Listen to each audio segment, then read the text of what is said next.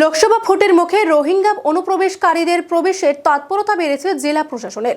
শুক্রবার উত্তর ত্রিপুরা জেলার ধর্মনগর রেল স্টেশন সংলগ্ন রাস্তা থেকে এক নাবালক এক নাবালিকা সহ 2 রোহিঙ্গাকে আটক করল ধর্মনগর থানার পুলিশ।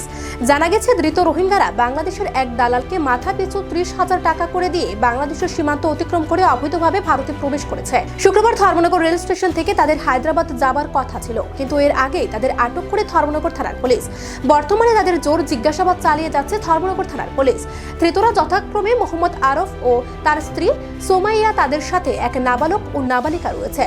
তাদের প্রত্যেকের বাড়ি বাংলাদেশের কক্সবাজার ও হাকিমপাড়া রোহিঙ্গা ক্যাম্পে।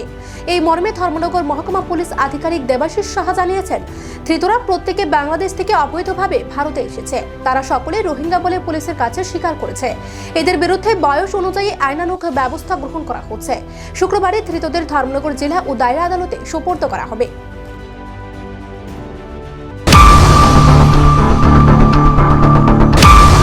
অ্যাকচুয়ালি ধর্মনগর থানায় আজকে সকালবেলা একটা খবর আসে যে কিছু অপরিচিত লোক সাসপেক্টেড বাংলাদেশি ন্যাশনাল রাজবাড়ী এলাকায় ঘোরাফেরা করছে। তো সেই সংবাদের ভিত্তিতে ধর্মনগর থানার অফিসার রাজবাড়িতে যায় এবং গিয়ে আমরা 4 জন, 2 জন মেল 2 জন ফিমেল লোককে আমরা ডিটেইন করে এবং থানায় নিয়ে আসা হয়। তাদেরকে জিজ্ঞাসাবাদ করে জানা যায় যে তারা বাংলাদেশি এবং তারা রোহিঙ্গা মানে মায়ানমার থেকে প্রায় 7 বছর আগে বাংলাদেশে এসছে এবং বাংলাদেশ ক্যাম্পে ওরা থাকতো। তো আজকে সকালে তারা তাদের রিলেটিভ যারা হায়দ্রাবাদে থাকে ওইখানটায় যাওয়ার জন্য তারা প্ল্যান করছিল।